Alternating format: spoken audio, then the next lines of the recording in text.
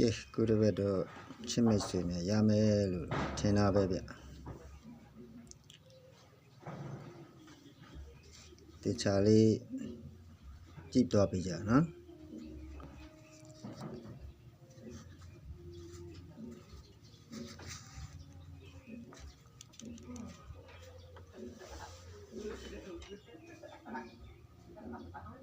ရှင်းအောင်လေးတော့ခွဲပြပြီးလိုက်မှာဒီတက်နော်26ခုနှစ်က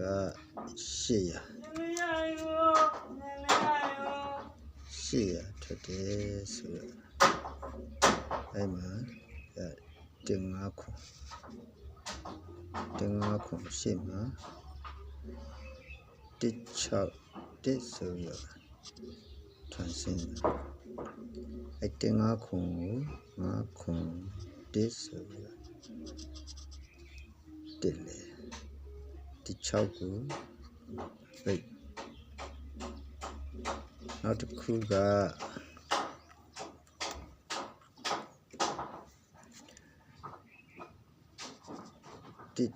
6ဆိုရကနဲ့လာထွက်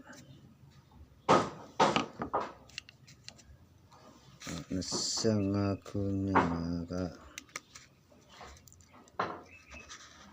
900လို့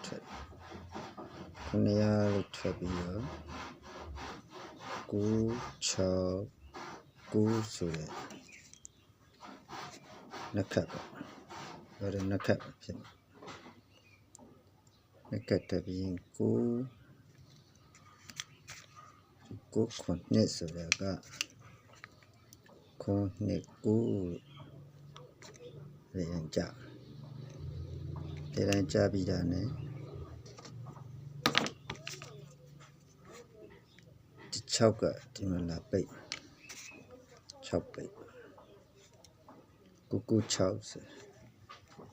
အဲ့ဒါမှာဒီ996က996လို့အထွက်ရှင်းပါနော်အားလုံးလိုက်ထိုးကြကနတော့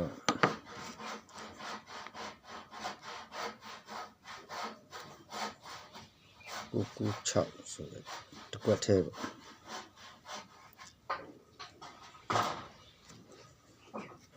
တဲ့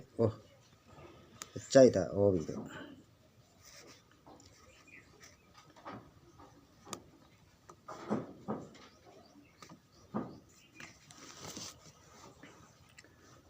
မောဆွဲမောထု